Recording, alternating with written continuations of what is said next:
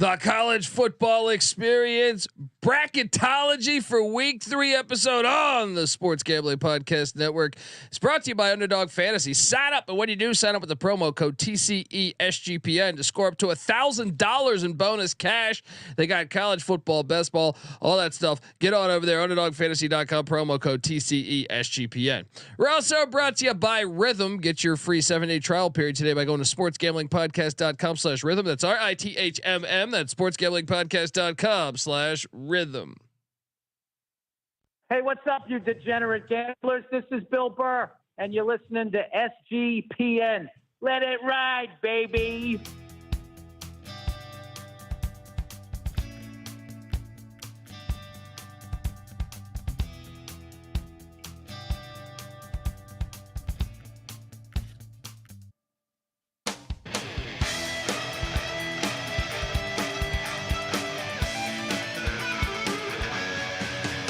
Yes, yes, yes. Woo!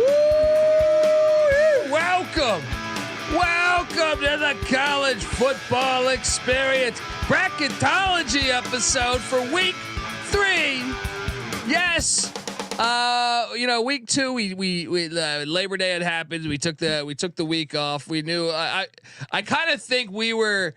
I saw my bracket up in flames from week 1, and I just said, you know what? Let's give me a few days. Let it chill out. Let me really think about this, because that's what happens in college football. The fact that we can actually do a bracket show. We've been doing it so long on basketball, even baseball, with college basketball and college baseball, even the Frozen Four. But now we can actually do it with college football. We've even been doing it in the FCS, if you follow my FCS show. But the FBS, for some stupid reason, for a long time, you just couldn't get it going. But now we got it going, folks. YouTube.com/the college experience. Get on over there. Hit that like and subscribe button. As I'm sure we're going to rattle. Well, look, I have our week 1 brackets as well to show you the changes from week 1 to week 3. And this will be on every single week moving forward until we crown a champ. So if you're wondering who the hell you're listening to, that's fair. My name is Colby Swinging Database Dan, aka Pick Dundee. That's not a pick. This is a pick.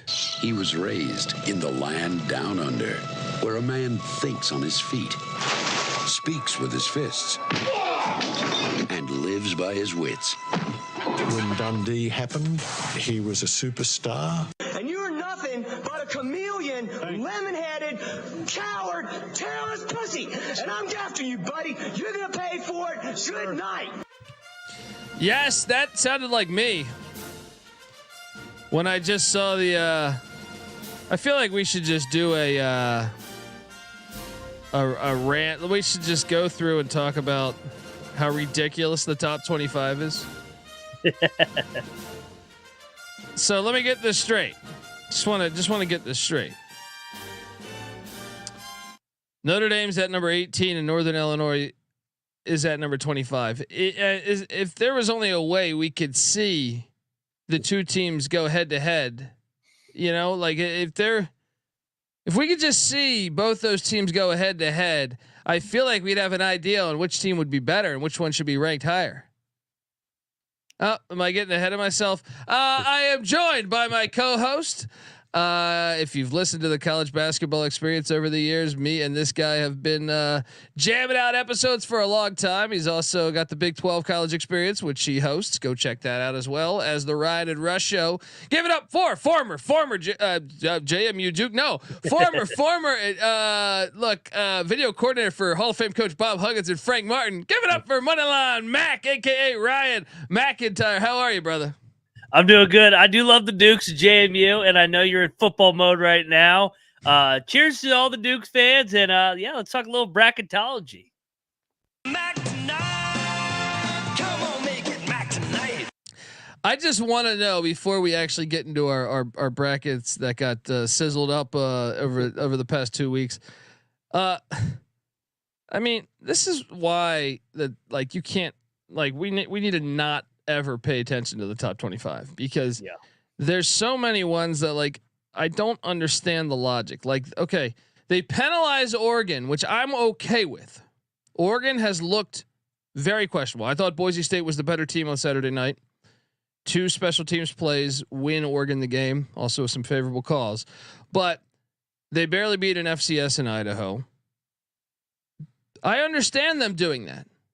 But if you're going to do that, how do you not apply the same logic to Alabama? How do you not apply the same logic to Penn State? I don't understand this fucking system. I've never understood it. And I don't understand how the hell Notre Dame is still ahead of 7 spots ahead of. They got beat down. That was not a gimmick game. Go watch the tape. Northern Illinois was the better football team that day. And I don't understand. And I mean, they still have Michigan in here ahead of some teams that I just don't know how you would do that. Like Clemson just dropped like 70 on Appalachian State. I just don't understand how they do this. And the fact that, you know, I'm glad we have a 12-team playoff, and I'm glad I think that's going to expand very, very shortly after they see how much money is made for each of these home games and how much those schools with the home games that will benefit. But I hate having a system where this matters. This does matter. This matters as far as where what bowl games align. I know people will say, well, Colby, why does that matter so much to you? Well, it does matter. It matters because these schools get lined. You know, this gets set up. TV ratings matter as well, as clearly you're seeing Rutgers and UCLA in the same fucking conference. So yeah, this matters, and it sucks, and it's a terrible system. And everyone, I actually think we should show cameras of all the voters watching the games on Saturday. I think it should be mandatory that they have to sit there with the camera on, like we have here at the studio with 10 TVs, and they must watch from, you know, noon when the first game kicks till at least the, maybe not the Hawaii game, but everything else. But I would even say like, show me the next day them watching the fucking Hawaii game. It doesn't make any sense. Can you make any sense of this top 25 poll, Moneyline Mac? No, that's why I honestly had not even looked at it till just now, because it's all bullshit. Timeout for the 1-loss teams, and I'm no ACC homer here. How is Clemson behind LSU, Michigan, and Notre Dame if you've actually watched those teams? I mean, Clemson could have named their score against App State. Those other 3 teams, Michigan has looked dreadful. I mean, you could have ranked West Virginia. We got our tails kicked in on Big Noon Kickoff week 1. They just did it in week 2. So Notre Dame, I don't know how they're ahead of Northern Illinois. We just played that game, and you mentioned it. That wasn't a fluke. Yeah. Northern Illinois had 400 yards. Notre Dame barely had 300. Like, it wasn't they just had like 5 turnovers and the red zone and some crazy shit happened. No, they got dominated at the line of scrimmage. But I mean, unfortunately, this is the corruption, and they do want the bigger markets, bigger teams, bigger leagues, SEC and Big Ten, as many in. But hey, if you beat them outright on the field, it should matter. Yeah. Yeah, well, it's just unfortunate because I think it's a recruiting tactic, and also once you, like, Oklahoma has looked like shit this year, right? In my opinion, like, okay, they covered against Temple, but Temple has since got whooped by Navy. That means nothing, and they struggled with the horrible Houston team that's 0-2. How can you justify them at 2-0 at number 15 in the nation with both games being in Norman? I just. And to me, why this matters is because later in the year, when these games start having ramifications, or, you know, when they start playing better competition. So when Oklahoma, say, loses the Red River Shootout, they're only going to make them fall 2 or 3 spots. Yep. Because, it's good competition. When really they have no business. Based on what we've seen, Oklahoma is not a top 25 team right now, in my opinion. And you could say the same for Michigan, and you could say the same for Notre Dame. You know what I mean? I guess Notre Dame at least has the at A&M win, which I guess is better than Michigan's, but still, it just makes me wonder: do they even watch the fucking sport? You know what I mean? Like, how is like a Mizzou and Ole Miss as high as they are when they literally have not nobody, anybody? I mean, it's Tennessee, set up, dude. Yeah. Tennessee should be ahead of them by far. Tennessee just obliterated the pussy pack. I know. Even Miami, I hate Miami, but at least they went into the swamp and undressed them, and yeah, it's crazy. Like, without question, I feel like if every voter that actually look, okay, I have no problem if you want to argue Texas better than Georgia, or Tennessee better than Georgia or Texas. I'm okay with that, even though I would disagree, right?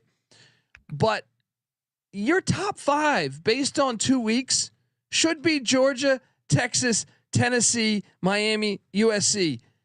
Those 5, and after that, I'd even be okay throwing Ohio State, even though they've played absolutely nobody. Mm-hmm. Or how about Penn State? Penn State won at Dub V, so it's like they've given us something. They've given us something, even though they struggled against Bowling Green. It's just I don't know. It makes me believe that it's all corrupt.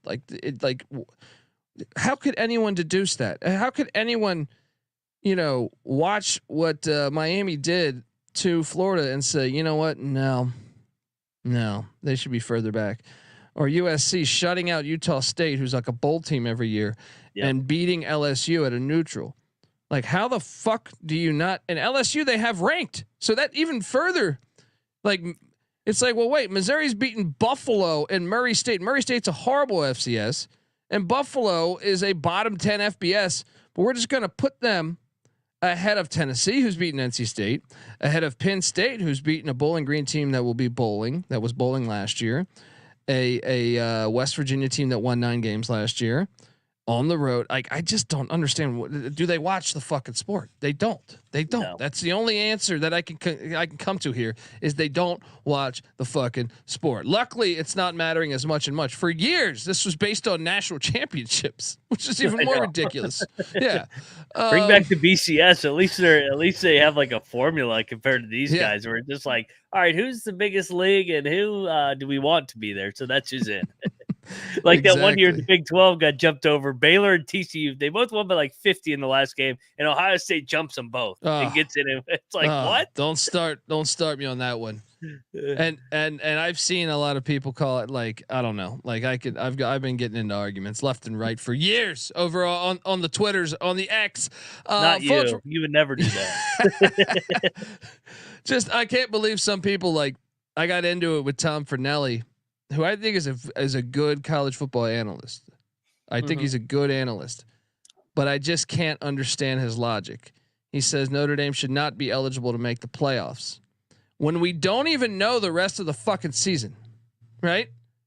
Like, it's just a ridiculous statement to me. He's saying the 12-team playoff sucks because Notre Dame should not be eligible to make the 12-team playoff because they lost to Northern Illinois. Well, what if Northern Illinois goes 12-0? What if they go 10-2 and win the MAC? That becomes a quality win.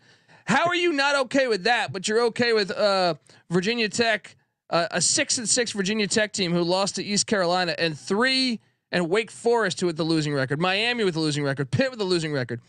They're 6-6. Virginia Tech came into the Horseshoe and won by 14. And Ohio State made that playoff that same year you're talking about, where TCU and Baylor should have been in over them, just based on the season. And then Ohio State, what do they do in the 14 playoff? They win the whole fucking thing. So I don't understand, but no, 12 teams. Notre Dame should not be. What if USC goes undefeated? Right? Like, what happens if Louisville wins the ACC? USC goes undefeated. Georgia Tech goes 9-3. Army and Navy are bowl teams. Northern Illinois wins the MAC. Then all of a sudden you sit there and say, "Damn, Notre Dame's schedule was harder than I thought." And by the way, A&M could still go to a bowl and still be a threat in the SEC, even though I don't think they will. We don't know the fucking season yet. How can you say that? Yep. I can't. And stand you hate Notre Dame. You and I both hate Notre Dame. I hate Notre Dame. I hate Notre Dame, and I'm saying this. Yeah, I know. Good God. I'm on your side here, and I hate Notre Dame as well. It's like, come on. Like, we don't know the season. And shouldn't the headline be not complaining about the 12-team playoff? The headline should be, how great is this that now Northern Illinois could be having the inside track to the playoff? And now, like, I remember 20 years ago, Northern Illinois beat Alabama at Alabama when they're ranked, right? I remember Northern Illinois beating Nebraska at Nebraska. I don't think they were ranked, but they still won at Nebraska, right? Maryland they beat when they were ranked, when they had Ralph Friedgen, right? And those are like great program wins, but it meant nothing because you knew Northern Illinois couldn't play for anything. Now that Northern Illinois beats Notre Dame, think about this. they are, to me, must-watch TV the rest of the season. My attention span on Northern Illinois, and I try to watch all the teams, but now all of a sudden, here at the studio, we have the 9 TV setup. Northern Illinois is on every week because this is something they will have that win to go up against if Boise's there. Well, Boise will say we had a close loss at Oregon, right? Well, imagine if Boise goes 11-1 and Northern Illinois sitting there at 11-1 saying, "Hey, dude, we won at Notre Dame." This makes the season and the 12-team playoff so much better. I don't understand how you could push the narrative of we don't know Notre Dame's remaining schedule, and now we're off watching Northern Illinois with excitement that they could be the next team or the team to crash the party. Whether they do or don't, it's exciting. Am I wrong? No, you're not. And can you imagine Maction having playoff implications in November? And shout out to Virgil in the chat. He said, "What about Bowling Green? Northern Illinois, let's say a crazy scenario. They go 5-0. They beat NC State in Raleigh. They have a win at Notre Dame at NC State. I don't know if anybody watched Bowling Green this weekend. They look pretty damn good at State College. Good. So, like, is that all of a sudden they win and you have the inside track? Like, all of a sudden the MAC all of a sudden gets a little elevated. I think it's great. It makes so many more games impactful outside of, hey, I just want to be degenerate and put some action on a Maction game on a Tuesday. Maybe we have some playoff implications. Yes. That should be the narrative. The narrative should be, holy shit, Northern Illinois now could be, and that should be the story that we're all following. It shouldn't be, oh, Notre Dame can't make the playoffs. This damn 12-team playoff sucks. No, it should not be. The narrative should be Northern Illinois. And by the way, I can't help but think, back to your point, I can't help but think if Oregon had played at Boise or if Penn State had played at Bowling Green, I think they would have both lost. Oregon. We'll talk about Oregon here in a minute. They better start playing better. I have a future on them to win the national championship. I think about throwing it in my fireplace all the time. I'm just like, that shit is. Yeah, I think that ship is not going to work out for me there. So, folks, look, we're going to dive into all this, make sense of it all, and give out our brackets. So hopefully they can stay true more than a week. Don't count on it, man. Yes. Luckily Northern Illinois is on bye. I feel like I was looking to fade them, dude. I was like, who the fuck are they playing next week? And then I was like, oh, they get a bye. And I was like, what a genius bye. That might be the best bye of the whole season. That might be the best bye for any team. Yeah. Just because you see, I've seen Thomas Hammock on every goddamn show, like with Jim Rome show, the ESPN Live, College Football Live, like every single show he's on. Like the Today Show. Yeah, that's what I'm saying. And milk it. He should milk it. Yeah. But I just was like, oh, they're definitely there. That bye week was just perfectly placed. Folks, we're going to talk about it all. Want to tell you, though, that the College Football Experience, part of the Sports Gambling Podcast Network, and yes, the NFL and college football are in full swing. Make sure you subscribe to the Sports Gambling Podcast and the College Football Experience for free picks on every game against the spread. All right. And I also want to tell you that the College Football Experience is brought to you by Underdog Fantasy. Yes, Underdog Fantasy Pick'em gives you a chance to win 1,000 times the amount of money you enter. The NFL is back, and there's a ton of pickup specials to get you started. Plus, there's great action for all college football stuff. Their lobby is jam-packed with profit boosts and no sweat entries.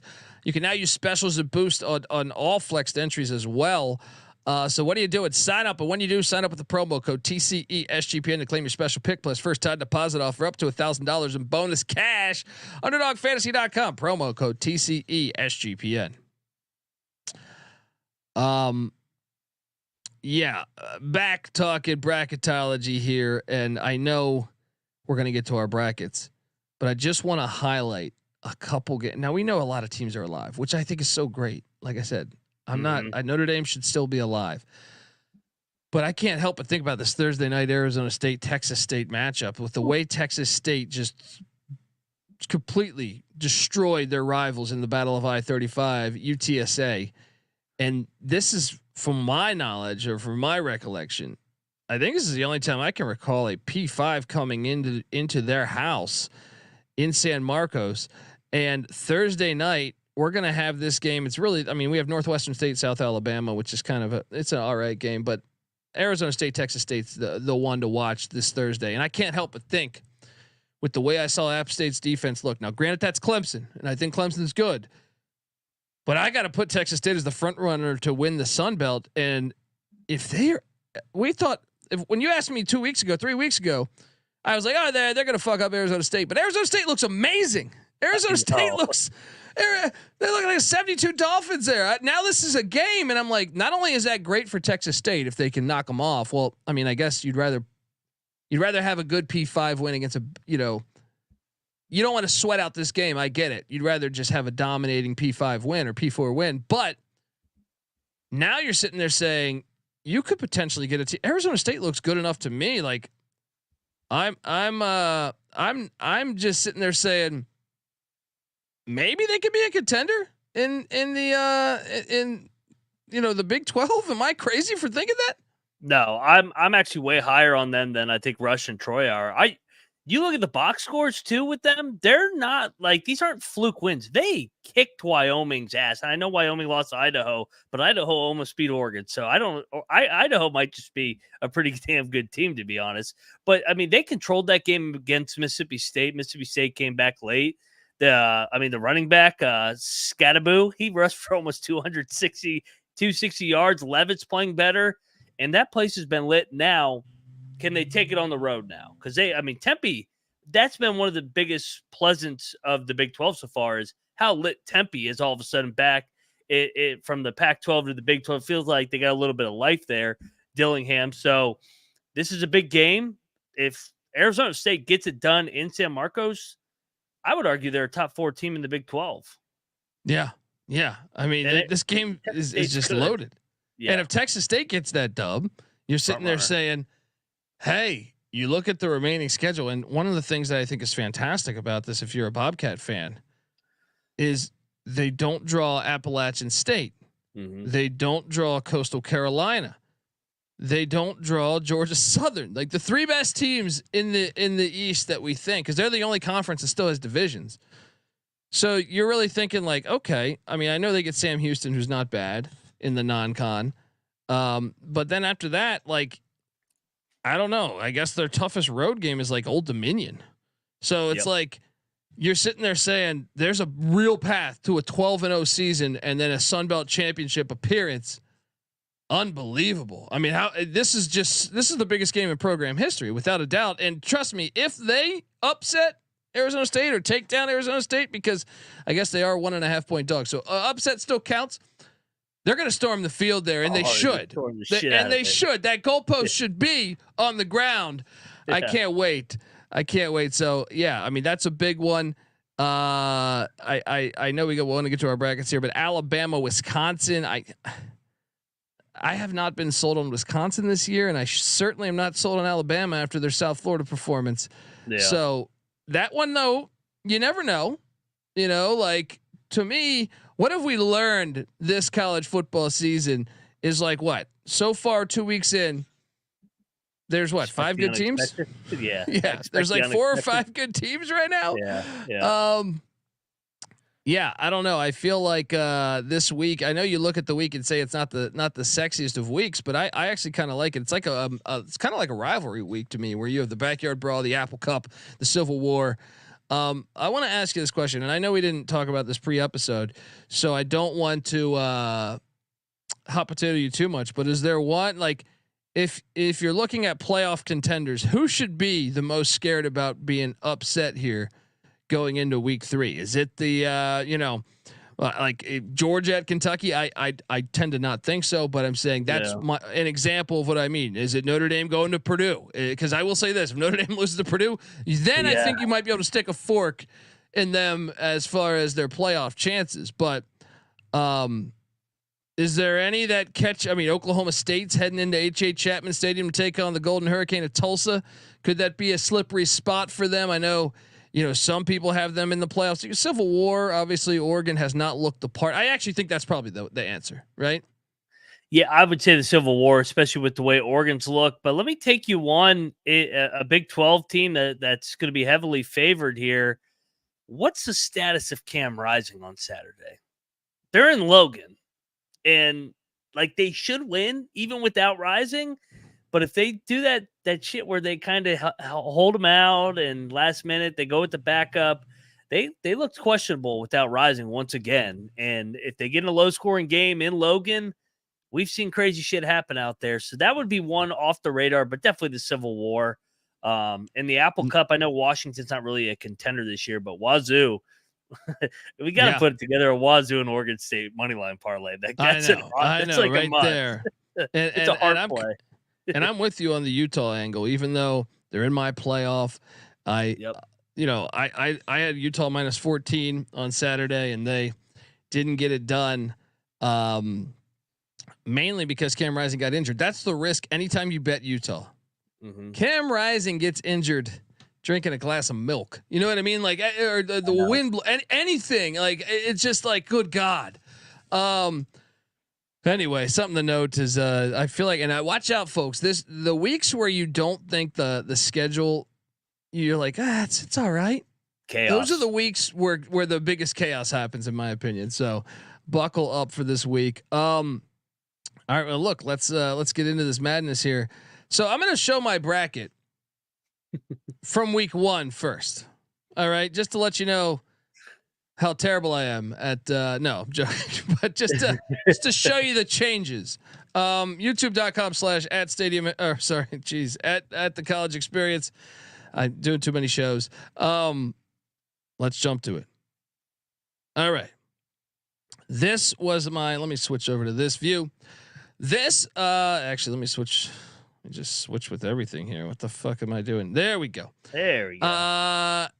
So originally I had ECU Texas A&M playoff game. This was back before there was any college football games played. So I had A&M hosting a playoff game. That I've changed my opinion on A&M. Now theoretically, could they still go 9-3?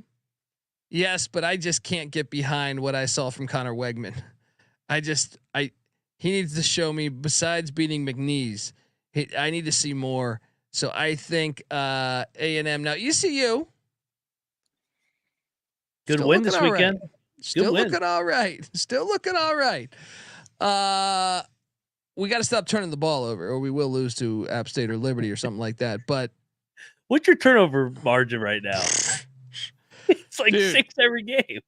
I know, but I mean, you look at like the stats last week: 20-14 winning against Old Dominion, but we had like 600 yards of offense or whatever it was. Like we outgained Old Dominion by like double, and it's like, so that's very encouraging from my point of view. But it's like, just stop turning the fucking ball over so much.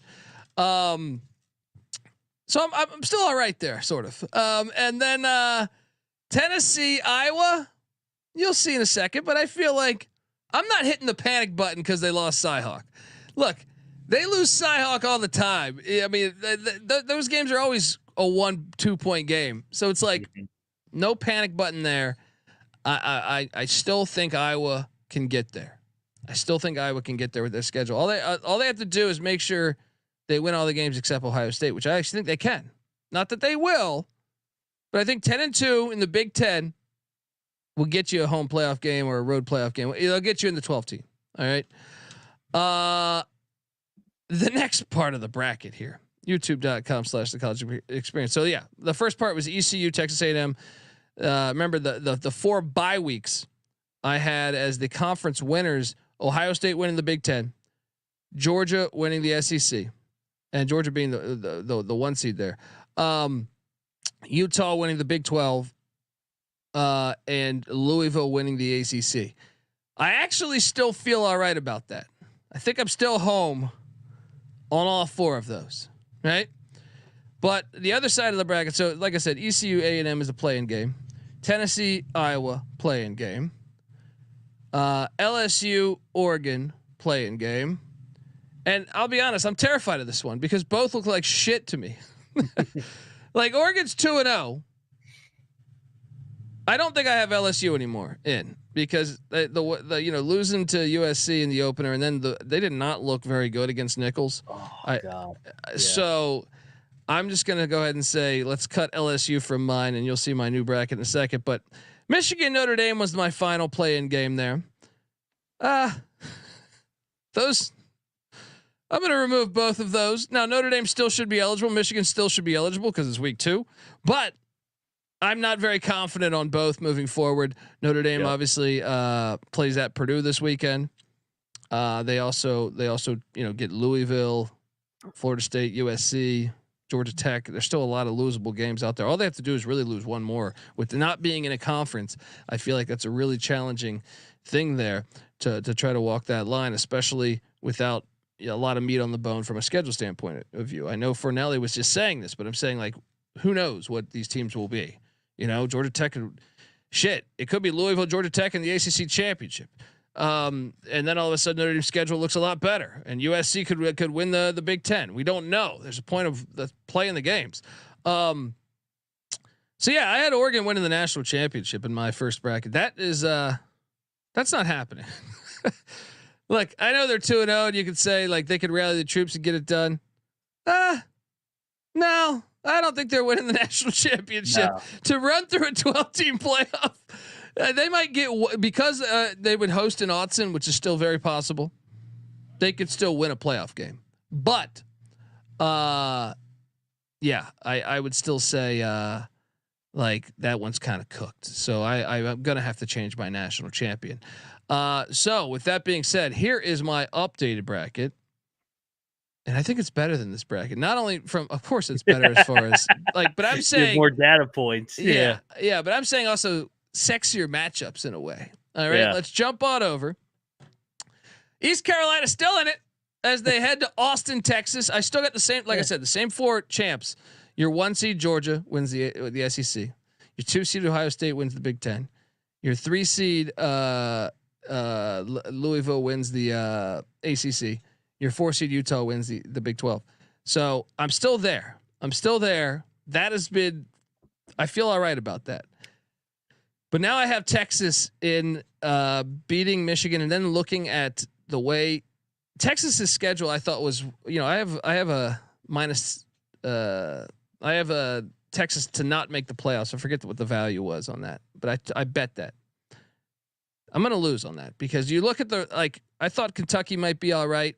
Kentucky looks fucking horrible. They're on Texas' schedule. I thought Oklahoma would would potentially get him in the shootout, which is still possible, but Oklahoma does not look very good. And A&M I thought was going to be good, hence my having them in the playoffs. They don't look very good. So all of a sudden, like, Texas's schedule looks much more easier than previously. So I have the Longhorns in, and they look really good too. They obviously dominated and actually cashed for me at Michigan. So ECU would go into Austin, Texas, and oh my God, you better hope that's not a close game in the fourth quarter, because I will hijack a jet. All right, and that's like the one. If we got that win, you would never hear the end of me. I would actually buy an apartment in Austin, Texas, and someone would kill me, I think. Iowa, Tennessee. I have the same matchup. I'm okay there, but I flipped the home environments here. All right. It is before I had it being in Kinnick, with Iowa losing to Iowa State in a close one. And the fact that Tennessee's schedule is favorable. One of the spots I thought Tennessee could trip up was at Oklahoma. Now I'm thinking, they're probably gonna wax Oklahoma. So I think that game will be at Neyland Stadium. Can you imagine how great that'll be, by the way, if that was true? Whether it's Kinnick or whether it's Neyland, college football is in for a doozy, because those locations and those stadiums are fantastic. So that would be my matchup. Remember, I had Iowa beating them in Kinnick. I do not have Iowa beating them in Neyland. All right, and I feel very good about that. After that, I have the Cristobal Bowl, Miami, Florida. So the ACC getting into Miami, heading to Autzen to take on the Oregon Ducks. Tell me this wouldn't be fantastic for the sport. Yeah, Cristobal in a big game at his old stomping grounds. This is just perfect. And then don't sleep on the old Pac-10 battle here. I got the Washington State Cougs. Look, one of the things I said while previewing Washington State was, I was like, they're going to be, I think, ahead of they don't play that many Power Fives. They get Washington, Texas Tech, Oregon State. I think there's 3 Power Fives on their schedule. They also get Boise and Fresno. But that was before Tedford stepped down. I thought one of the big potential potholes was Texas Tech, right? Washington State just put it on Texas Tech. John Mateer looking really good at the quarterback spot. To me, I think they're better than Washington right now. I know we got the Apple Cup this weekend, but I think Washington State's a better football team right now. Now I know it's in Seattle, so okay, they can still lose that game. But I think, like, in my opinion, Washington State should be favored. It shouldn't be Washington being favored. And then you look at the remaining schedule, and like, to me, the Mountain West had so much coaching turnover.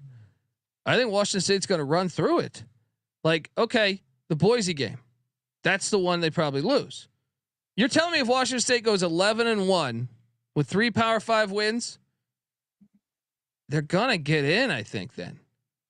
And I think it would be hilarious if Washington State made the 12-team playoff before Washington did, even though they made the 4-team last season. But I just think it would be hilarious. The irony of, like, because if anyone goes 11-1, I don't think you can keep them out.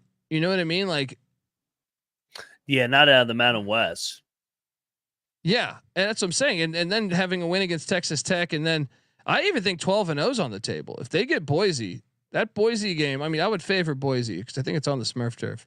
But when I look at the rest of the games, if they get through Washington this weekend, and the fact that Washington's already 2-0, I mean, I know they didn't play anybody, but if Washington just ends up a bowl team, they could say, well, you know, took out the Big Ten head to head, took out the Big 12 head to head. I mean, who the fuck knows what Texas Tech ends up, but I think Washington State could steal Notre Dame's spot in a way.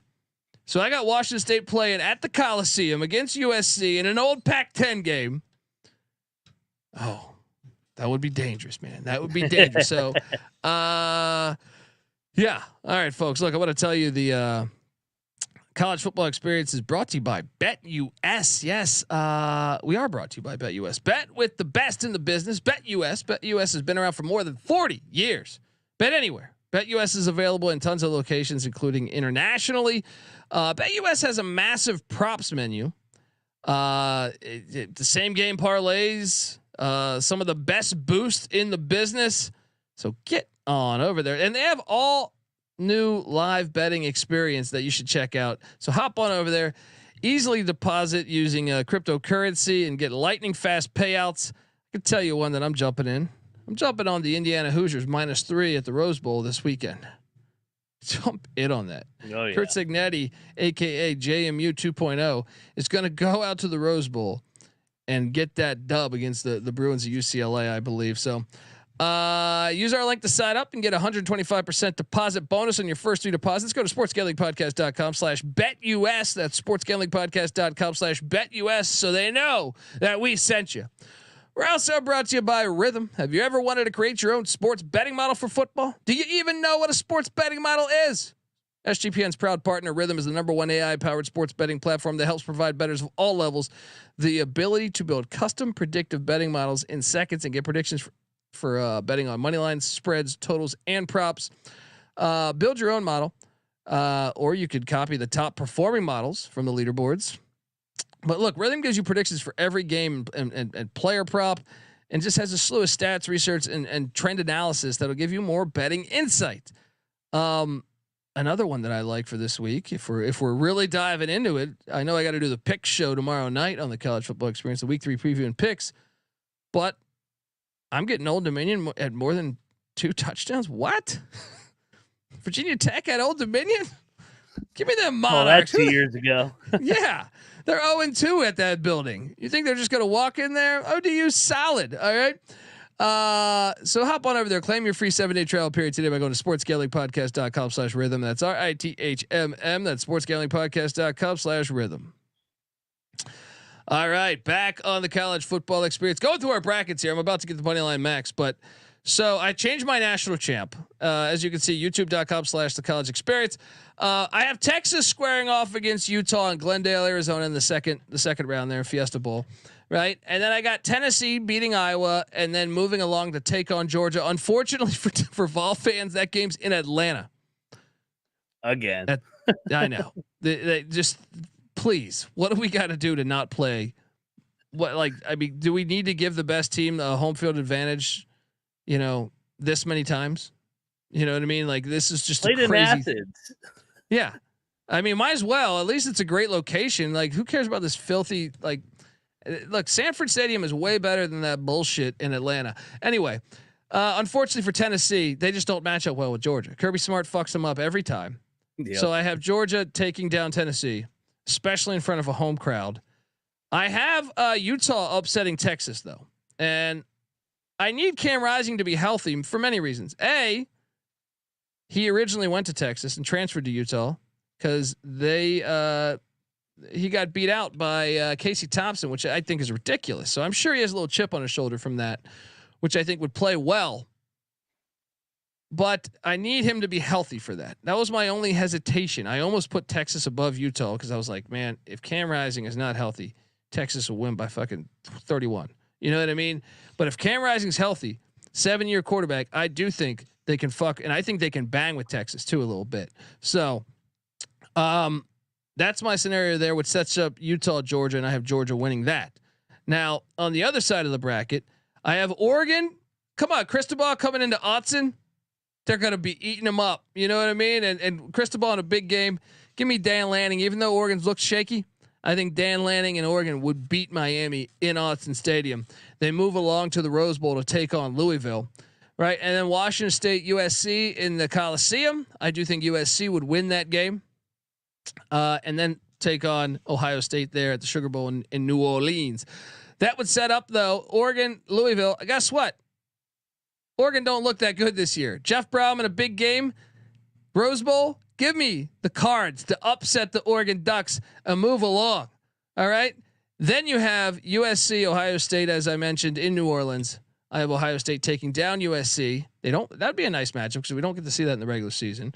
Unfortunately, it's at that filthy Superdome, but still, that would then set up Louisville, Ohio State. I'm sorry, Louisville. As much as I want to back you, I think Ohio State would beat you. And then that sets up Georgia, Ohio State, and I have the Georgia Bulldogs in Atlanta again, winning the national championship. Which matchup there would you be most interested in seeing? Definitely the Cristobal Lanning matchup. Going back to Eugene, from a style standpoint, I would love to see Iowa, Tennessee. How would Iowa match up with that Tennessee offense? Iowa being so old defensively, but they got to figure out that offense. But we've been saying that for 20 years. They made him fire his son, and they still can't play offense. Imagine that. Yeah, exactly. So yeah, I changed my national champ. Let's see about Moneyline Max bracket because just 2 weeks ago he submitted his, and it was Notre Dame, LSU. Well, first his bye weeks. Your bye weeks were you had Ohio State. Wait, did you have Ohio State? You had Ohio State winning the Big Ten. You had Clemson winning the ACC. Those are still looking all right. You have Kansas State winning the Big 12, still looking okay. Yeah. And you have Georgia winning the SEC. So you're like me. You're looking okay at the bye weeks. Now, Notre Dame, LSU in the opener, the play-in game in South Bend. How do you feel about? Would you have any of these teams? Do you feel good about any of these teams making it now? Well, I mean, Notre Dame is so hard. I mean, it's going to be hard to shake the Northern Illinois loss, but I think there's bigger issues, and I don't think they're going to run the table. I think if they run the table, they should be in at 11-1, and we talked about that. But I don't think that they are. I think offensively they kind of suck with Riley Leonard. LSU, I've been underwhelmed, man, and I don't know if Brian Kelly not getting good vibes there. Maybe I change my mind if they go into Columbia this weekend and make a statement, but from what I've seen, no. I kind of said that USC LSU game could have been a toss up, and it was, but LSU's been underwhelming so far. Yeah, I have and they have a nice schedule, but like I wouldn't be surprised if they lost at South Carolina this week. You know, with the way I've seen them play 2 weeks in. Your second round matchup was Alabama, Jacksonville State. It should be noted that you are a West Virginia alum, and the Rich Rod thing. It was bad. Look, bad pick. I was on board though. I was like, oh, this is a good one. This is a good one. Yeah. Imagine if they get Liberty. But will beat the fuck out of them. Yeah, and that they have a really bad defense. Losing that DC to Oklahoma, I think, is a real loss. So Jacksonville State would be playing at Alabama. Where are you at? I know you have Alabama as your national champion. If you see it here, youtube.com/the college experience. Are you a little concerned still on the Tide, or are you just saying we're fine? We're working it out. I think they're working it out. I mean, it's a year one coach, but they fucked around with South Florida last year too. So I think they're going to get better, and you'll see that in my next bracket. I'm not willing to panic on Alabama yet because unlike Notre Dame, they played like ass this weekend, but they found a way to pull away like good teams usually do. I remember Georgia with Kent State a couple years ago. Good teams play like crap one game a year, and then they find a way to get it pull away at the end. They did dress up that score drastically, though. That was not a 28 They point did. game. That was a game in the fourth quarter. Like no doubt. 10 minutes left in the fourth quarter. That was a game. I don't know why he didn't go for it. I was like, what are you doing? Yeah. I agree. So then that would set up, you had then Notre Dame taking on Ohio State, as you had Notre Dame beating LSU, and you had Alabama beating Jacksonville State, and then you got a Clemson-Bama rematch, which those games have always delivered. Always. Yeah, I mean, so that's still, I think that's very doable still. Like, okay, Notre Dame, Ohio State needs some, you got to have some work for that to happen. I feel like, but like Clemson, Bama, I still feel like decent shot that could still happen, right? Yeah, I think so. And everybody wrote off Clemson, and I was like, all right, they lost to Georgia. Like everybody kind of loses to Georgia. Yeah, and then Atlanta, surprise. Yeah, in Atlanta, game 1 of 5 that Georgia will play in the Georgia Dome this year. They're going to play more games in the fucking Georgia Dome than they are in Athens. I know. What the hell is that? College football flag on the play. All right, what the hell is that? What a stupid system. Then you have, so your other play-in game was Oregon Texas A&M at Oregon. Yeah, real quick on the Jack State, my angle on Liberty being overrated was correct. I just picked the wrong team. I said somebody's gonna upset them, and I picked Jack State. Wrong on Jack State, but I do not think Liberty's gonna run the table.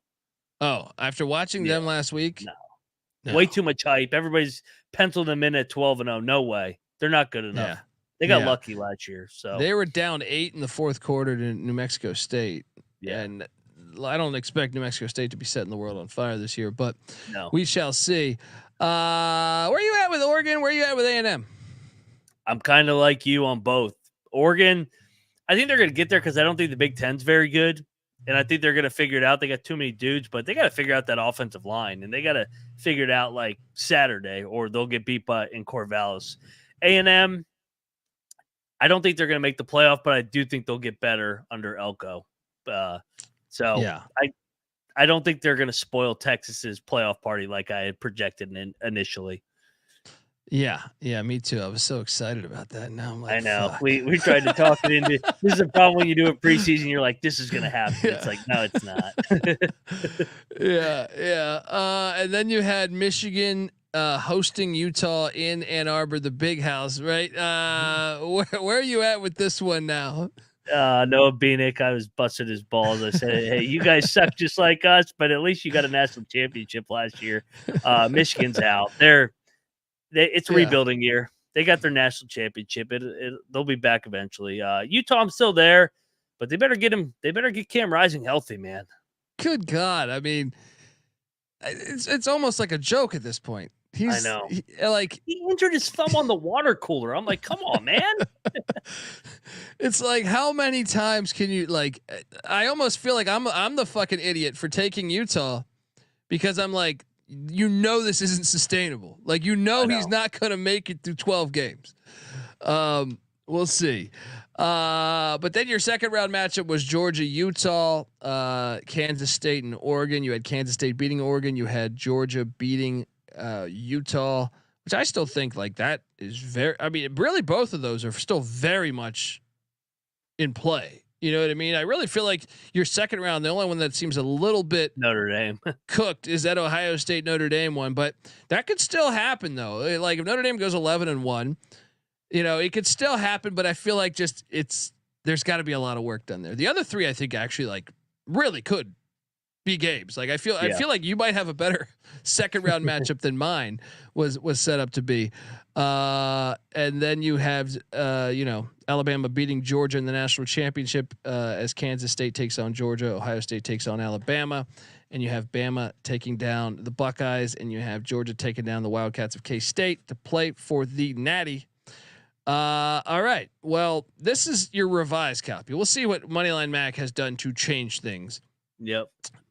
And the Hurricanes make an appearance. Okay, so wait, you had the same 4 conference winners, correct? You didn't change any of the conference winners, right? You got No, I didn't see it, and I kept Ohio State as a 1 seed just because I do think Georgia is going to get picked off in one game. I could see Ohio State running the table. Their schedule sucks. Yeah, they pulled a Michigan. Yeah, they're like, hey, they're literally trying to play like Michigan. They're trying to schedule like Michigan. I was like, get out of here. Somebody needs to turn them in for stealing signs now too. Yeah, exactly. It makes me look. I know Michigan was stealing signs, but they claim that they stole signs because Ohio State was stealing their signs. I believe it when I see shit like this. I believe it when I see stuff like this. So same for so Ohio State, you have winning the Big Ten. You have Alabama. No. So you have Georgia winning the SEC. You have Kansas State winning the Big 12, and you have Clemson winning the ACC. Those are the 4 conference winners. So now you're playing games. Miami, Tennessee, and by the way, did I fuck this up? Was that in Knoxville or was that in Miami? I had it in Knoxville. You're correct because I had Miami losing the conference championship game and being bounced to the 9 seed.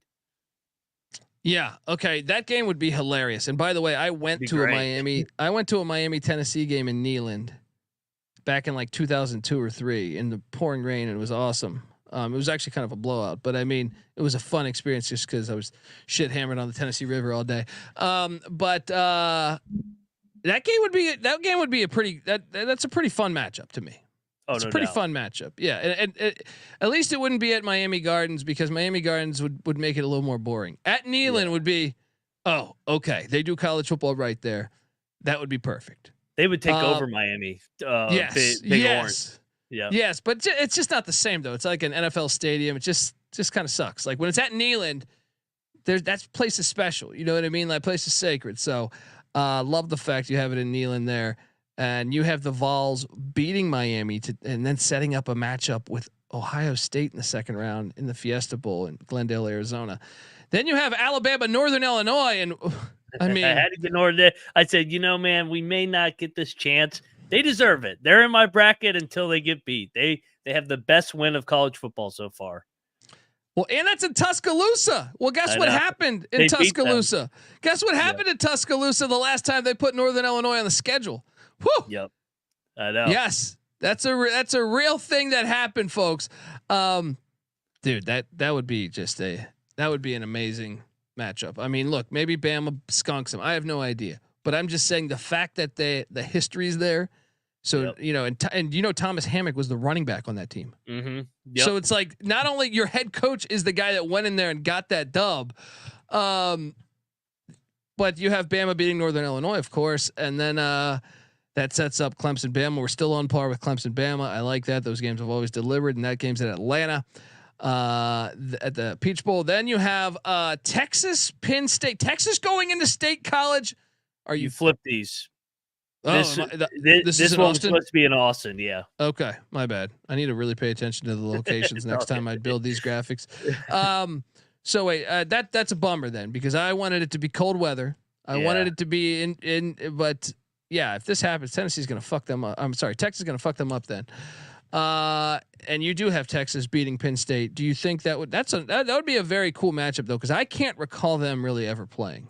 It would be historic, and I also tried my best with the matchups to avoid a rematch in the second round because I think they're going to do that. So I slid Oregon down one so that they didn't play. Penn State because they're both in the Big Ten, et cetera. So I made it making sure that you didn't play somebody from their conference there or in the next round. So yeah, I would love that game to be in State College though. Oh man, State College. Then it becomes much cooler to me. But yeah, I mean, still night game. Oh, Texas would get fucked up. Yeah, that would be incredible. Please, let's go. But still, Austin. I mean, look, it's a great town to get. I've been to Austin, Texas. It's a great town to get drunk in.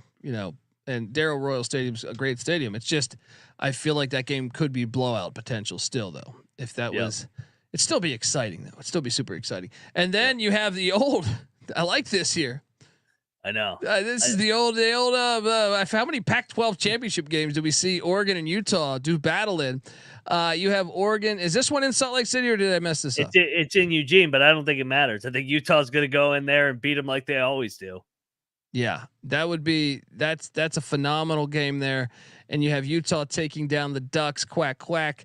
As then your second round matchups, Kansas State, Texas, old Big 12 rivalry there. For some reason, though, this is what's interesting about your play. Kansas State should have beat them last year. They didn't. Yeah, they missed the extra point. Yes, and and also going for 2, was it, or going for a 4th down or something? They fourth down in the red zone, and the kicker missed like a 30-yarder. Like they gave the game away. They've always really bothered Texas and Oklahoma. So of course they had K-State off the bye. Let's go. That's fantastic. That one at the Rose Bowl too. Yep. Oh, that would be great.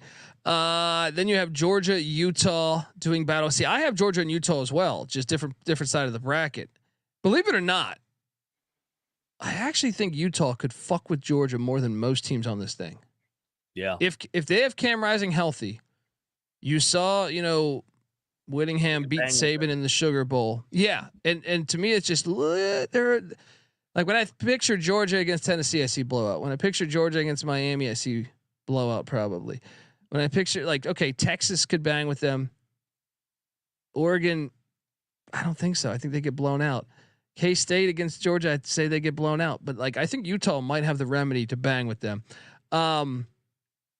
You have Georgia getting it done, much like I did. I entertained the idea of Utah pulling off the upset, but I'll tell you one thing. One of the reasons why I could not take that upset was that I have that game being in Atlanta. In New Orleans, it's still going to be an all Georgia crowd, though, man. It's too close. It's too close to it. So, well, they probably would switch it so they play in Atlanta. So they're going to make sure they play in Atlanta and make Bama play in New Orleans. You know, these corrupt bastards. Yeah, you're right. And then so Ohio State, Alabama in the the Orange Bowl there in Miami. And then you have K-State, Georgia in Dallas at the Cotton Bowl. And then you have the national championship, Alabama, Georgia. Oh my God. I mean, still keeping the same national champion too. I am. I'm still sticking with my narrative that Bama's going to be better by the end with DeBauer. I think he's a really good coach, and I like Milroe. He got better and better throughout the year. I'm not going to overreact just because they went through the motions on Saturday, but that could change on Saturday in Madison. This another bullet point of data potentially. Yeah. I mean, look. All right. I know we got to get out of here soon, but I want to say which ones are going to get cooked on our when we're doing this next week. I'm terrified of the Ducks one. I know we already did this for week 3, but I feel like you're right. Alabama at Wisconsin has potential for that one to go wrong. Yeah. Normally you want to find a road environment. I guess you could say Arizona could get Kansas State. Arizona has one of the longest winning streaks in the country right now. But other than that, I mean, Utah State, we mentioned. Georgia's at Kentucky. Is there any way? I mean, Patty C was trying to sell me on this being a game, and I go, I just can't get excited. Be able to play offense. I know. I'm like, are they going to be able to score a touchdown? Hey, let me ask you this, and these are two teams that they're not in either of our bracket that everybody's crowned. Could BC give Missouri a game, and can Wake Forest give Ole Miss a game in Winston-Salem? BC, yes. I like BC, man. They're physical. That's what I'm saying. BC's offensive line, I think, is good. I think they have a couple guys. Game is in BC. Yeah, it was a couple years ago, and they beat them. They beat Mizzou 2 years ago.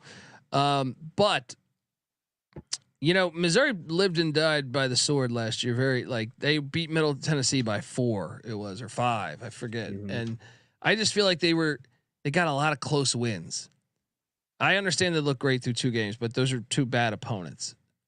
Boston College is kind of this weird team that I don't know. Castellanos is electric with the ball, though. I think he can give your defense some problems.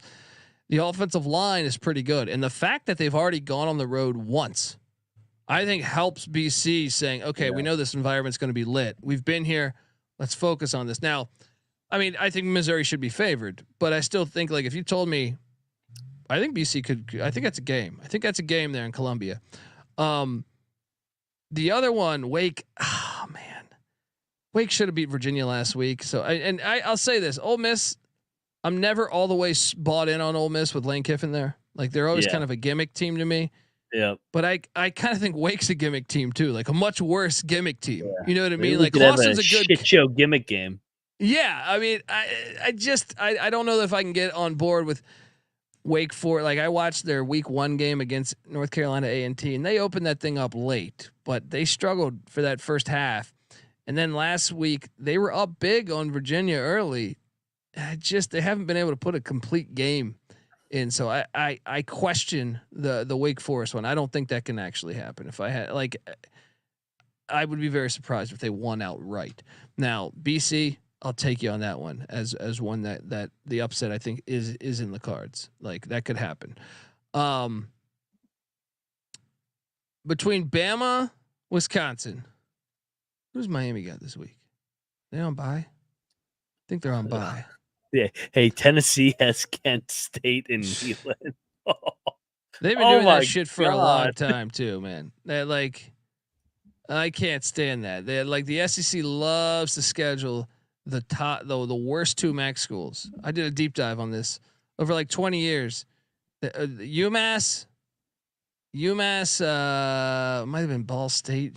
New Mexico State was one of them. New Mexico State, UMass, but it was ULM, which is the worst in the Sun Belt. They've scheduled UMass and ULM more than they've scheduled, like more than they've played. They're the SEC East teams, SEC West against SEC East. Now there's no divisions, but my point is that that's how frequently they've been playing UMass and UConn and New Mexico State. So Kent State, not surprised they're on the schedule. They've been playing a lot of those SEC games recently, as you alluded to earlier with the Georgia game back when they had Sean Lewis. Yeah, there's no chance of an upset for Tennessee. There's no chance of an upset for. I'd say it's just down to Kansas State, Oregon, Utah. I don't think UTSA could upset Texas. I think there's too many moving pieces at UTSA. Yeah. Yeah. I mean, I think it's Oregon or Utah. I don't think Bama's going to lose in Wisconsin. I don't trust. I'm not a fan. I don't think Wisconsin's very good, but I will say this: it's a legit home field environment, and that you never know. You know what I mean? Like they will pack that thing. Everyone will be hammered, and you never know. But I don't believe like Wisconsin struggled with South Dakota. They struggled with Western Michigan. I just don't think they're on that level yet with Alabama. But the fact it's in Madison, maybe something can happen there. Yeah, the others I don't really see. Georgia. And I know K-State's got Arizona. I think K-State's going to handle Arizona. I think so too. It's in the Little Apple Friday night Fox. Like that place is going to be on fire for that game. I'm with you too. I think it's Oregon, Utah. If I had to pick a third though, what's more likely? Alabama lose in Madison or K-State lose at home to Arizona? Probably Bama, just because Wisconsin's so crazy. But it's definitely the Oregon, or definitely Oregon and Utah. I would not be completely shocked if they lost, even Utah, because it sounds like Rising might miss. Dude, with him out, you know who they'd be playing too. Do you know who would be starting for Utah State? It's the kid from Iowa. What's his? Petrus is questionable. It's Bryson Barnes, the starting quarterback from Utah last season. The pig farmer. The pig farmer. The pig farmer. So I forgot he's there. He'd be playing his former team. This is who's going to know that defense better? Yeah, they're going to. Yeah. They better not start Petrus. You better say, "Hey, pig farmer, you're getting the start." Yeah. I know you're questionable, Petrus, but you're questionable until next week. All right? So that would be fascinating. I can't wait. That's an old school rivalry there. For mine, I think like the Wazoo Apple Cup game and the Civil War and Apple Cup are gigantic to me as far as like Oregon could lose, Washington State could lose to Washington. Those two I must watch. And then I guess Who the fuck does Louisville have this week? I don't remember. But I feel like I guess Georgia would be the only other one, right? Or ECU. ECU could lose the App. That's the one I got to worry about. Yeah, it's a And toss the way up. App got embarrassed last week too. That's a that's a team meeting embarrassment right there. You know what I mean? Like I get it. Clemson's way better than App, but like that's one you call everybody. Hey, let's meet up. Players meeting only here. What the fuck was that? You so know, much like for Clemson can't play offense anymore. yeah, Holy good shit. God, dude. And respect to Dabo because he caught off the dogs. He caught off the dogs. That shit was 56. They had 56, like 5 minutes left in the second quarter or something. Yep. So Dabo caught off the dogs a little bit there.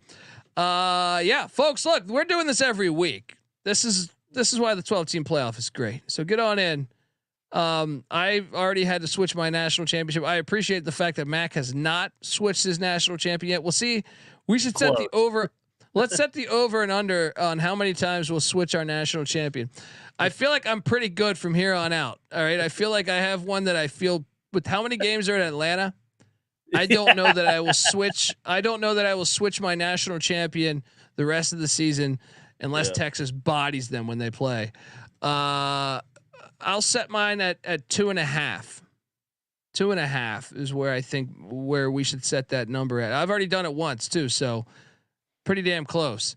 How about you? Do you think 2.5 is that reasonable? Or are you going to be like if Bama gets rolled in Madison, you're not going to have no. But like if Georgia beats them in Tuscaloosa in 2 weeks, I don't know if I'm going to sway off of it just because I kind of am forecasting that Bama's going to be better late.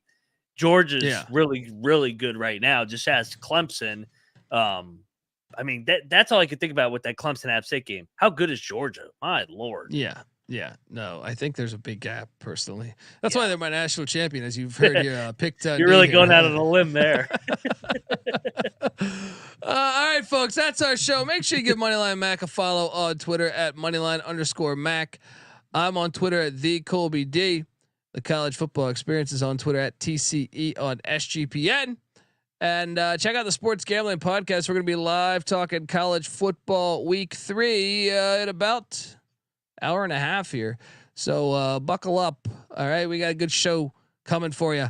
Also, make sure you check out all of Moneyline Mac. He's got coaching interviews for college basketball. College basketball season is right around the corner. I was looking at the schedule earlier today. Go check out those episodes. He's got like 50 fucking coaches on. Go check them all out. All right. Killing it over there. Noah Beanick and him also doing conference preview. There's an NEC preview out.